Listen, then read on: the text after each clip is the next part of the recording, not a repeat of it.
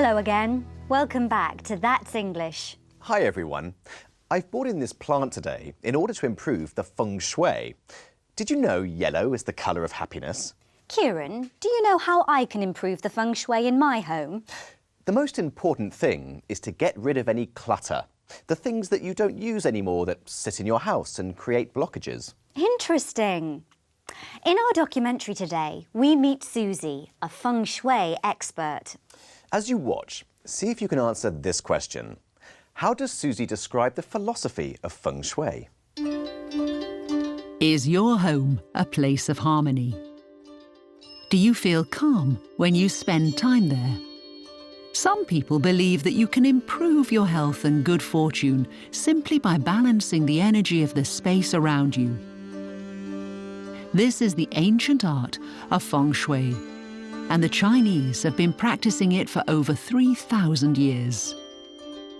Feng shui means wind and water in Mandarin. It's an ancient Chinese system of finding harmony within our surrounding environment. It is so important in Chinese culture that all capital cities of China followed the rules of feng shui for their design and layout. But how can we use feng shui to improve our lives? Susie Shaw is an expert in feng shui. She tells us more about this ancient Chinese art. Philosophy of feng shui is about living in harmony with your space. It's about bringing everything into balance and being able to connect with nature and bring it into the home. When I go into a house, one of the most important things for me is to feel the energy, to examine the earth energies, to know they're in harmony with the client. I also look for what's in the space, so how it might block a person, or how, there might be an energy which doesn't flow. And that's really lovely to hear, because a lot of... Susie helps other people to apply the basic principles of feng shui in their homes. Today, she's meeting a new client, Rupert Bates. Thanks very much for inviting me today. You've got an absolutely beautiful house full of beautiful things. So, tell me, why is it you've invited me? What do you want to get out of today? Although we have some lovely things in this house, we never seem to have enough money to actually spend, to do things. Do you find that money comes in and then it disappears quickly, or it just doesn't come in? Or? No, it comes in. It comes in. It just seems to go out faster than it comes in. We can look at the feng shui of that. Okay, yeah.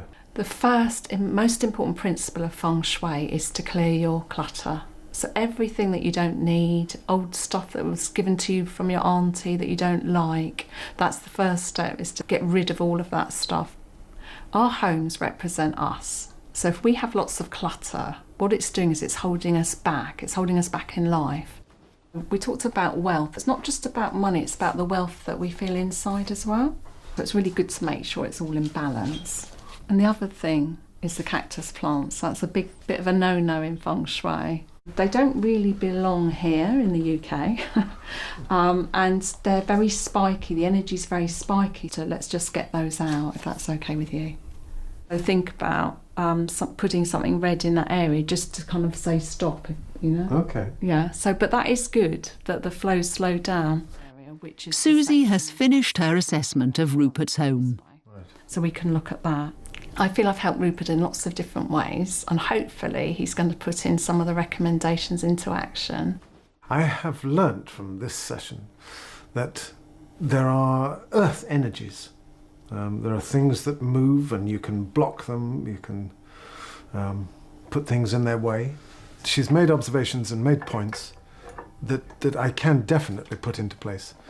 And I shall do that. I think I can manage my money better with the help of feng shui. Yes, you've got the front door there. I love my job because I feel I can make a difference to people. So I'm sort of helping them in their life. So it's not just about coming along to do a feng shui consultation. It's not moving a sofa. It's really literally, it's connecting people with their space. So we all have the power to live happier and healthier lives, providing that our home environment is a happy and healthy one too. I have a cactus plant in my bedroom. I should get rid of it because I don't want to encourage spiky energy. Good idea. And maybe then you'll be a little less prickly. Hey! Did you manage to answer the question? How does Susie describe the philosophy of feng shui?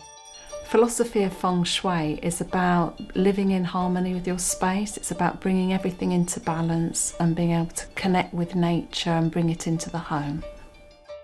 So, the main ideas are to live in harmony with your space, bring everything into balance, and connect with nature in the home. So, what other things can you teach us about feng shui? Well, the colour blue represents tranquility, while red invites passion into your home. Oh, that's good to know. It's time to hear from our international friends on the subject of space. We asked them, how important is personal space to people in your country? Personal space is pretty important to Americans. For example, when you stand in line or in a queue, you often leave a lot of space between yourself and the person in front of you. I think we're a very friendly nation, so personal space is not an issue. Irish people are very chatty, they are friendly, but I think they do value their personal space in terms of their privacy. I think personal space is important to Canadians. We're in a large country. We have, bigger houses. We are a friendly bunch of people, but we also like to have our quiet time by ourselves. Jamaica used to be a British colony, and they have that very British thing of a man's castle is his home. We are quite friendly people, Scottish. We like to warm people and welcome them and be friendly with them. But in general, I would say we quite like our personal space. If we're walking about, we don't really want somebody in your face.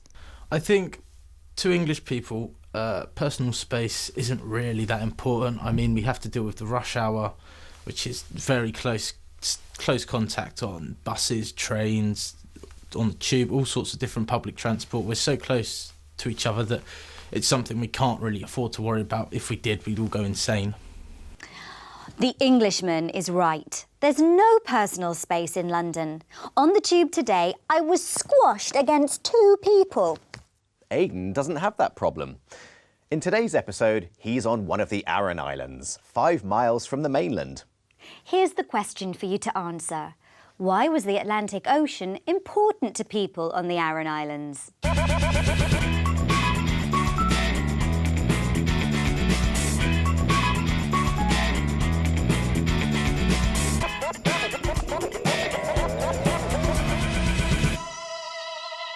Hello and welcome back to That's Ireland. I've arrived on the Aran Islands off the west coast of Ireland. I'm standing on the pier at Inisheer, 5 miles from the Irish coast. This small island is considered the most beautiful and best discovered on foot or by bicycle.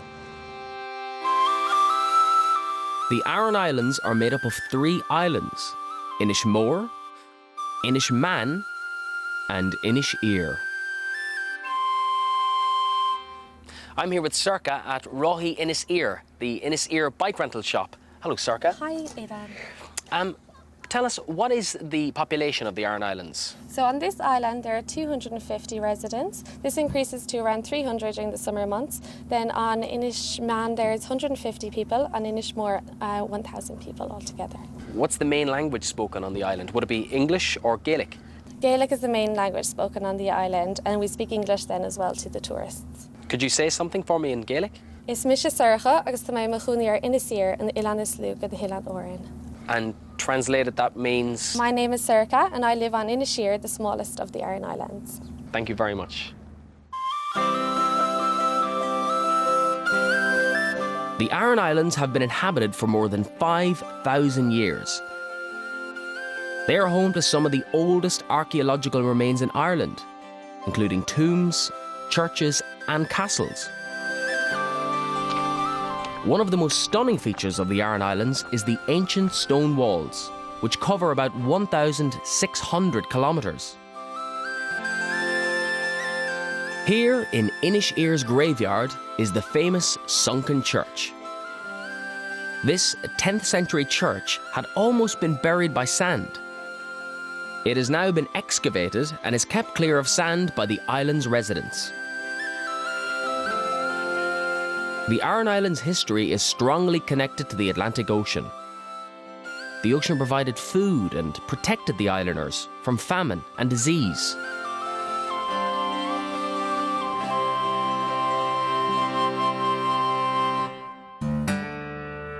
Plassey was a cargo ship that was wrecked off Inisheer in the 1960s. The haunting wreckage is now one of Inisheer's most popular tourist attractions. So now I'm heading back to the mainland to learn about Irish music.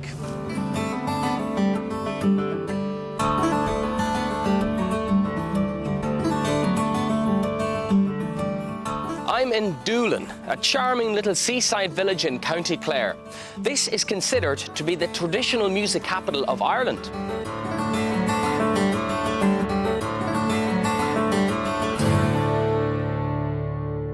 I'm with Skip at the traditional music shop. Hello, Skip. Hello, welcome. Skip, why is Doolin considered the traditional music capital of Ireland?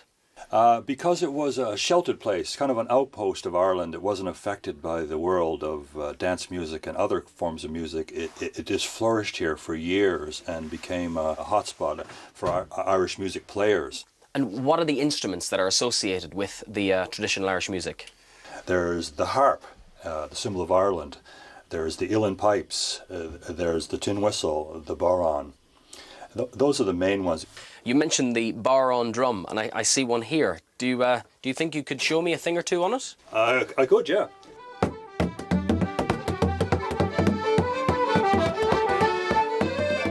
Now to hear the real musicians at work.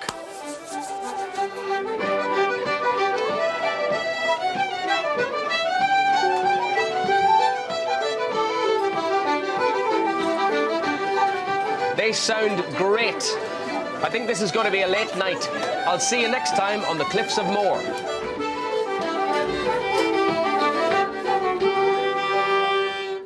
Can you imagine living on an island with just 250 people?